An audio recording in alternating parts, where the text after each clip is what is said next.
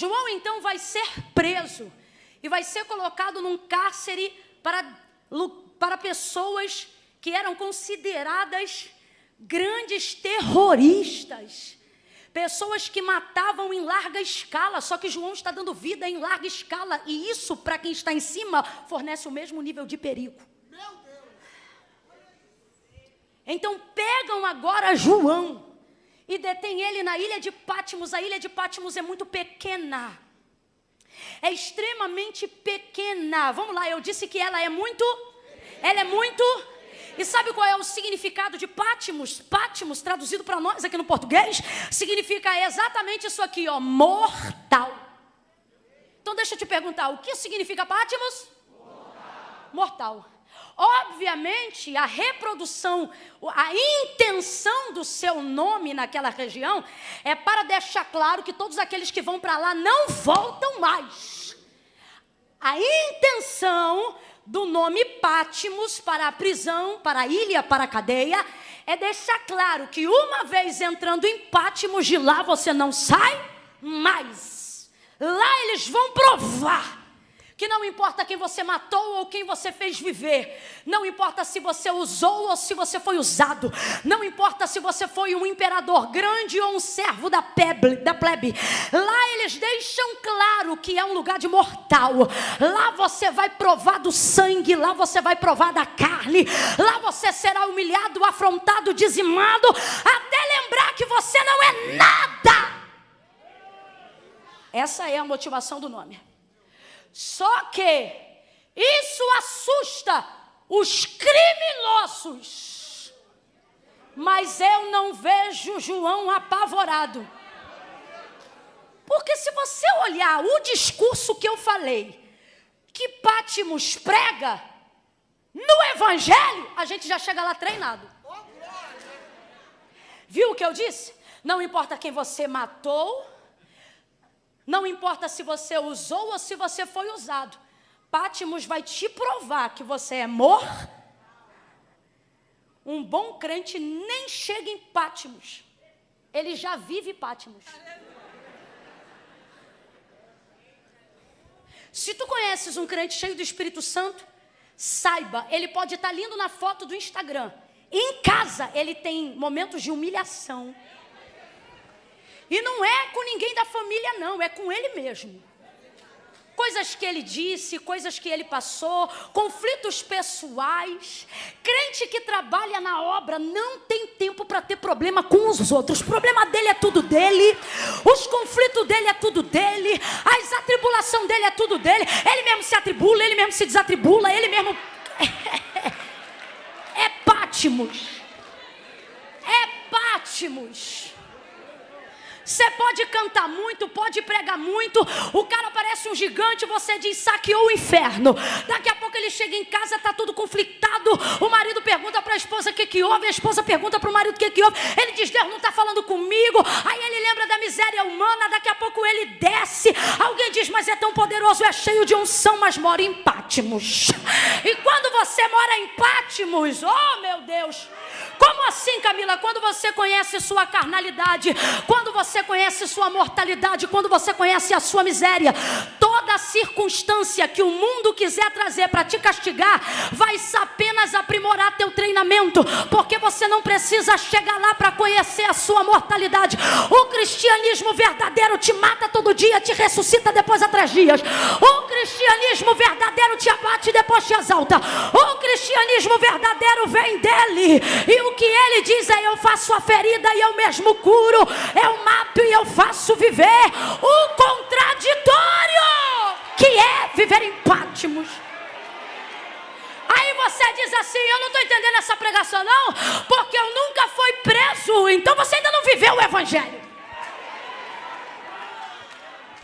Porque quem vive o Evangelho sabe mais ou menos o que é estar em Patmos.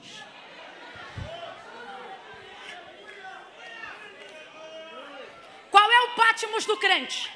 Quem é o carcereiro do crente? Ele mesmo. E posso te falar? Não tem carrasco pior com a gente do que a gente. A maior prova disso é que muitas vezes quando Deus perdoa a gente não se perdoa. Por quê? Porque a nossa libertação ainda não está na mão de Deus, a gente está preso no nosso cárcere. Olha para quem está do teu lado e diz, tu parece legal. Comigo.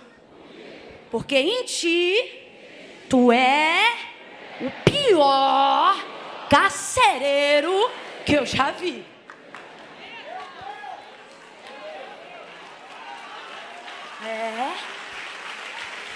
Ninguém consegue ser mais terrível do que a gente, pastora Daniele. Do que a gente é com a gente mesmo quando a gente decide ser. Pátimos, então, fala de uma prisão. No caso a de João, a que cercava o seu exterior. Mas para a aplicação do que estamos vendo e é reproduzido em nós com facilidade, no nosso interior. E eu não estou inventando, porque Paulo deixou claro que as cadeias que prendem um homem não são as que os amarram do lado de fora, mas são as que lhes colocam em ataduras e amarras do lado de dentro. Aonde? Na vossa consciência. Ali está a carceragem verdadeira, tanto é que ele diz assim, tem muitos que tendo tudo não possuem nada, e outros que não possuindo nada têm tudo. Ele vai falando sobre o pêndulo do cristianismo. E aí em outras colocações a gente poderia estender a aplicação. E ele diz assim, olha, tem gente que é livre, mas anda como se estivesse preso. Há outros que estão presos, mas vivem como se fossem livres. Porque o cárcere é aqui, ó. É aqui, ó. E a igreja veio para dar liberdade aos cativos, e ela decide fazer isso, e faz isso no poder do Espírito de maneira tão tremenda, que ela entra na carceragem. E se você nunca teve essa experiência, busque um dia essa experiência. Eu me lembro que lá na igreja, aqui em Nova Iguaçu, nós tínhamos ali o presbítero Sérgio, e na ocasião o presbítero Romeu, e eles se envolviam na obra da carceragem dos presídios aqui do Rio de Janeiro. E quando eles entravam, acontecia um negócio que era muito legal. Entrava, tinha dia que era só o Sérgio e o Romeu, eram só dois. Eles entravam, e então quando eles entravam, eles não diziam assim, ó, Sérgio está entrando, Romeu está entrando. Não, o comunicado para entrar no corredor daqueles que precisavam assistir o culto dentro da cadeia, atrás das grades, por causa da sua periculosidade, não era, olha, o Sérgio está entrando, o Romeu está entrando. Não, eles entravam. Aí um preso pegava a caneca e vendo que o Sérgio entrou e o Romeu entrou, eles não diziam Sérgio, Romeu, não. Eles começavam a fazer barulho na grade e diziam reverência, que era para todo mundo ficar de pé. Aí eles ficavam de pé e diziam assim, a igreja chegou. Eu achava e acho até hoje aquilo incrível. Eles estabeleceram essa disciplina, não mandou, eles mesmos honraram diante daquilo que eles viam. Paulo vai falar qual é a nossa carceragem em Romanos, capítulo de número 7. Ele fala sobre ser carcereiro de si mesmo. Quando ele diz, o querer bem está em mim, e eu sei que posso fazê-lo, mas ocorre que todas as vezes que eu vou executar o bem que está em mim, encontro outra lei, isto é, na minha carne, a lei do pecado que opera nos meus membros, me impedindo de fazer o querer bem que está em mim. Olha o que o cara está falando, que o bem está nele, ele sabe praticá-lo, ele tem consciência de que vai praticá-lo, ele se programa para praticá-lo. Mas quando ele está indo para executar e para praticar o que ele aprendeu e sabe que tem que fazer, ele se sente retido pela carne, que impõe sobre ele outra lei. Então ele termina dizendo, eu sou um miserável, eu me sinto miserável. Ele diz, miserável homem que sou. Aí ele vai fazer uma citação que só o réu pego em flagrante de assassinato em Roma podia fazer. Ele diz, isso aqui não é um texto largado, isso aqui é um contexto jurídico, e ele escreve essa carta aos romanos porque eles iam entender. Quando um réu, ou seja, quando um criminoso, ele era pego no ato flagrante, se ele fosse prego em flagrante no homicídio, a sentença de Roma punia ele com morte de cruz, mas só depois dele passar 3 dias no deserto sem comer, sem beber água e sendo vigiado por um soldado. O corpo do morto era amarrado ao corpo do vivo, boca a boca, olho a olho, nariz a nariz. Se ele aguentasse passar 3 dias, ele era livre da pena, não tinha cruz e nem sentença, era livre. No terceiro dia, ele precisava fazer a citação: miserável homem que sou, reconhecimento. Segunda, quem me livrará do corpo dessa morte? Que corpo de morte? O corpo de quem ele matou era amarrado ao dele. Se ele aguentasse até o terceiro dia, ele podia ser livre do corpo da sua. Mas você acha que Roma vai dar esse tipo de sentença mole? Não. Em 99,999999999.9 eles sobreviviam. Camila, tem relato de que alguém sobreviveu em nenhum livro de história? Porque Roma sabe torturar como ninguém. E por que não tem? Porque eles já davam essa conotação para testar o limite do ser humano. Aí, pasme vocês, as pessoas não morriam nem de fome nem de sede. Quem já serviu o quartel sabe que 3 dias não é o suficiente para matar.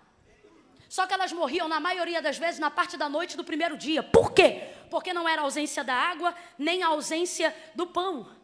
Era o estado de putrefação do corpo do morto, carbonizando o oxigênio do vivo. Quando ele respirava, não tinha O2. Então, quanto mais ele respirava o estado de putrefação do corpo do morto, não vinha O2. Não vinha oxigênio. Só vinha gás letal de quem está entrando em estado de putrefação.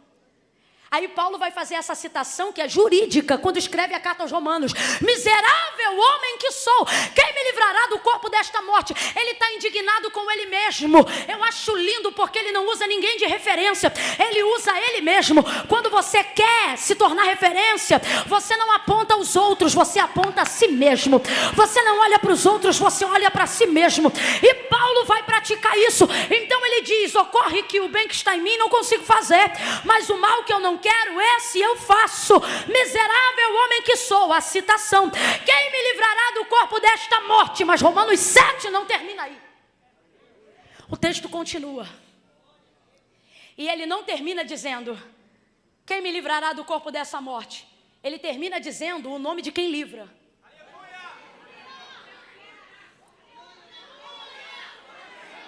Você leu comigo aqui Apocalipse 1. Apocalipse 1 cita Jesus assim: o primogênito dos... Quem leu comigo e lembra? O primogênito dos mortos. Quem vai me livrar da morte? Só quem já venceu a... Só que ele não está falando da morte literal, ele está falando da morte eterna. Porque Romanos 7 não é uma carta ao tribunal, é uma carta à igreja. Então ele está dizendo: quem me livrará do corpo desta morte? Ele está dizendo aos pecadores que estão indignados com as suas próprias culpas, aqueles que reconhecem que poderiam ser crentes melhores, mas não conseguem, aqueles que têm usado um cilício na alma, sentenciando a sua vida, se tornando movidos pela culpa, orando por sentimento de culpa e deixando de orar pela mesma culpa. Ele vai trazer uma proposta: vamos substituir a culpa pelo arrependimento. Mas como é que eu faço isso se eu carrego no meu espírito o corpo de quem eu matei? Que corpo é esse? O corpo da regeneração? O corpo do defunto, do teu velho homem caído? O corpo do teu Adão morto? O corpo que não quer ser crente? O corpo que nas águas batismais só foi molhado? Não foi. Nas águas batismais, esse corpo que Paulo está falando não é batizado, ele só é molhado. É de dentro para fora que nasce a fonte. Jesus disse: aquele que beber da água que eu lhe der, nunca mais terá sede. Pelo contrário, brota-se-á nele uma fonte que jorra para a vida eterna. A fonte de uma pessoa regenerada em Deus não é da água que vem de fora, mas é da água que sai de dentro. Ele está deixando claro então a todos os crentes em Roma e a todos nós que estamos aqui nessa noite, que o miserável homem vai morar contigo até o dia ou da sua morte física ou do seu arrebatamento, do arrebatamento da igreja. Camila, e até lá o que eu faço? Me mato? Não. Camila, e até lá o que eu faço? Taco a cabeça na parede? Não. Faz o que Paulo disse: substitui a culpa pelo arrependimento. Levanta a mão depois de um dia puxado, e ao invés de terminar esse dia dizendo sou miserável, você começa o dia dizendo até me sinto miserável, mas depois dessa oração, depois dessa pregação, faz como ele: mas graças dou a Jesus Cristo. Graças dou a Jesus Cristo. O que é que ele está dizendo? Ele está dizendo: ei, a minha cadeia vai ganhar um novo carcereiro. E quem é esse carcereiro? É aquele que não vem para prender, mas vem para soltar pelo